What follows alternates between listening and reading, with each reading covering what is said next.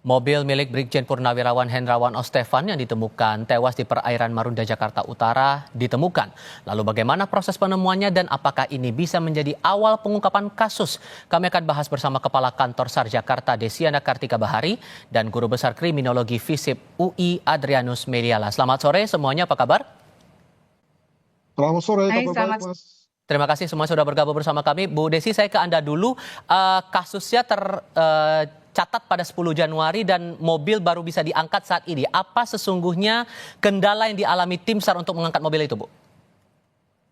Oke, baik. Jadi begini, dari awal kejadian itu memang sudah ditangani pihak kepolisian ya.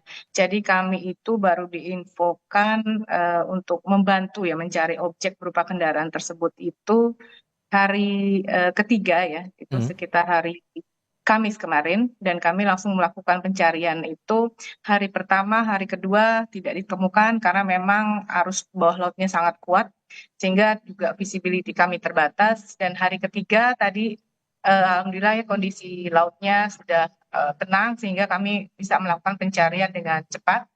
Dan itu diketemukan dari lokasi jatuhnya yang dari CCTV itu nampak sekitar 5 meter jaraknya.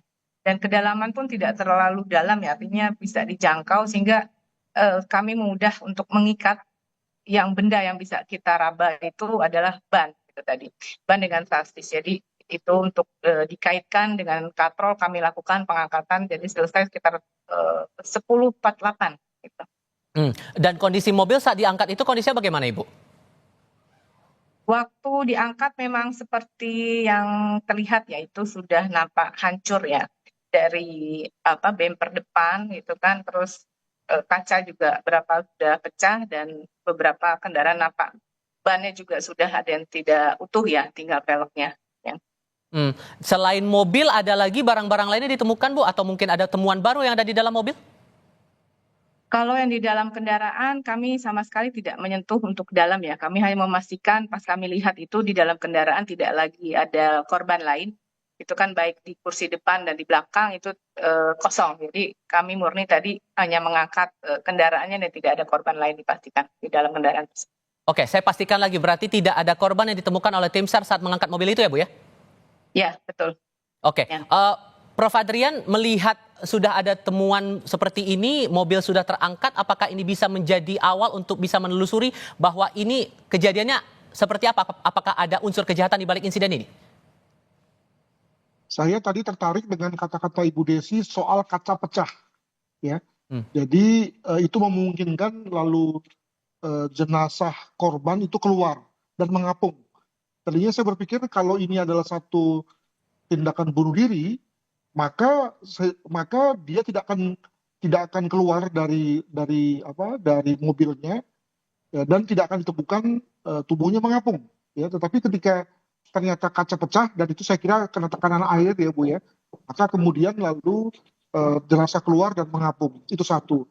Yang kedua, tentu untuk memastikan apakah pada saat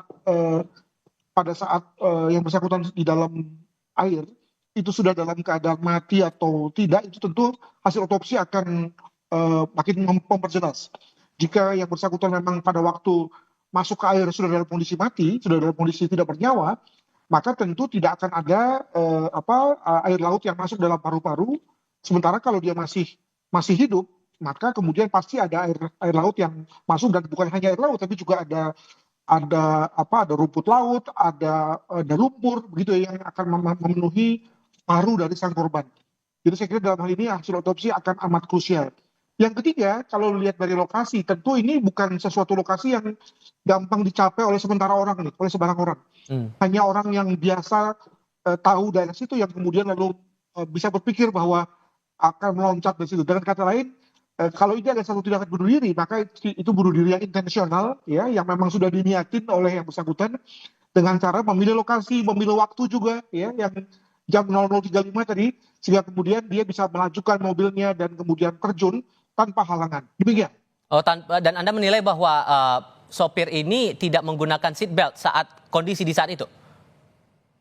Itu juga saya kira makin memungkinkan ketika kaca pecah akibat dari tekanan udara, lalu membuat yang bersangkutan kemudian mengambang keluar. gitu ya.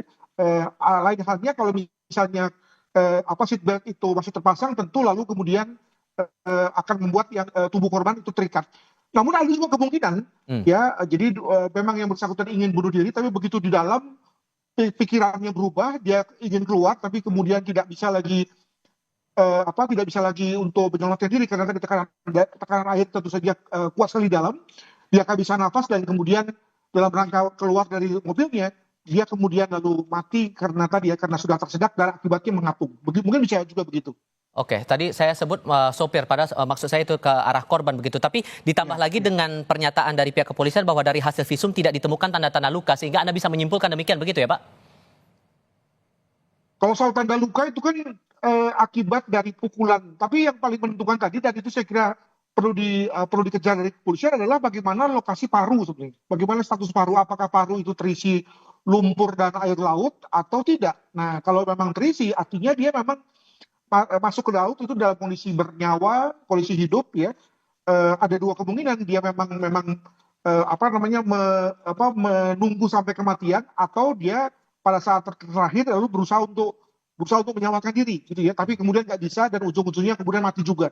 Nah, tapi kalau kemudian yang bersangkutan memang dalam kondisi sudah mati, itu artinya yang bersangkutan memang dibuat sedemikian rupa sehingga lalu menjalankan mobilnya pada saat dia kondisi tidak sadar ya. Dalam kata lain kita bicara mengenai mobil yang dimasukkan giginya dan kemudian lalu blong sampai kepada ujung dermaga dan kemudian terjun. Mungkin begitu.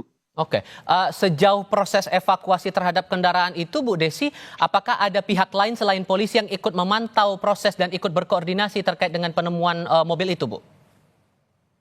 Selain dari pihak kepolisian tidak ada, Pak. Hanya dari pihak polisian dan hal ini Polda Metro Jaya. Oke, jadi proses komunikasi, koordinasi yang waktu itu boleh diceritakan lagi, Bu, bagaimana, Bu?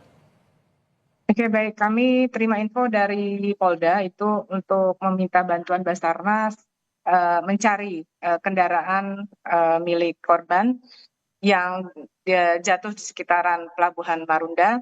Kemudian korban diketahui sudah ditemukan pada tanggal 10 ya, 10 Januari 2024 itu sekitar sore, dan kami baru diinfokan itu hari Kamisnya. Jadi Hmm. kami langsung ke lokasi dan itu lakukan pencarian, namun pada saat itu memang kondisi ombak tidak bersahabat ya, sehingga kami seharian itu belum bisa menemukan, namun objek diduga kendaraan di hari pertama sudah tampak. Dan Dari posisi dari mobil itu, sorry saya potong, Bu, posisi mobil dengan posisi jenazah itu lokasinya berdekatan atau gimana, Bu?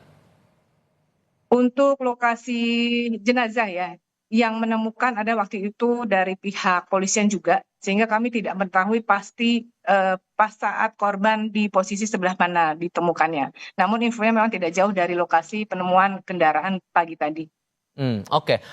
Prof. Adrian, begini, dilaporkan juga bahwa korban ini sempat berputar-putar di area Bogor dan Jakarta sebelum masuk ke wilayah Marunda. Anda menangkap bahwa ini menunjukkan korban dalam posisi bingung saat kejadian itu? Boleh jadi, dan memang itu menunjukkan ciri umum ya dari orang yang tengah berpikir-pikir tentang bagaimana mengakhiri hidup dan dalam kondisi desperate ya. Jadi sudah tidak lagi tahu solusi lain dan lebih memilih untuk mengakhiri hidup, tapi mengakhiri hidup dengan cara apa? Hmm. Dengan di mana? Ya bagaimana? Itu pertimbangannya.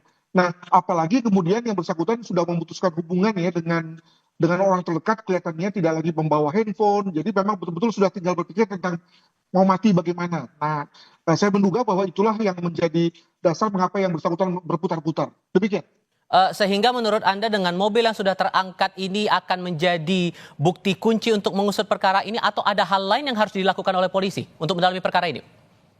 Saya kira tiga hal ya. Yang pertama tadi yang saya katakan kondisi tubuh ya, dan terutama rongga dalam, terutama paru, untuk memastikan apakah yang bersangkutan sudah mati pada saat sebelum memasuki air atau belum. Itu yang pertama. Yang kedua, tentu kita juga tertarik ya dengan komunikasi digital yang bersangkutan sebelum meninggal ya, dan juga menarik untuk kita pertanyakan seorang yang sudah berusia 75 tahun dan pensiun pada usia 58 tahun kok masih membawa-bawa identitas TNI-nya dan BIN-nya. Ini menarik juga nih ya, sudah sekian lama meninggalkan instansi, sudah sekian lama purna, tapi kok masih membawa-bawa ya. Kenapa ya? Apa memang yang bersangkutan memang biasa seperti itu, atau memang membawa membawa surat tersebut untuk supaya kemudian polisi dapat dengan mudah mengetahui bahwa dia adalah purnawirawan TNI dan pernah bertugas di BIR. Mungkin begitu. Bu Desi dan Prof. Adrian, terima kasih banyak sudah mau berdiskusi bersama kami. Sehat selalu semuanya. Selamat sore.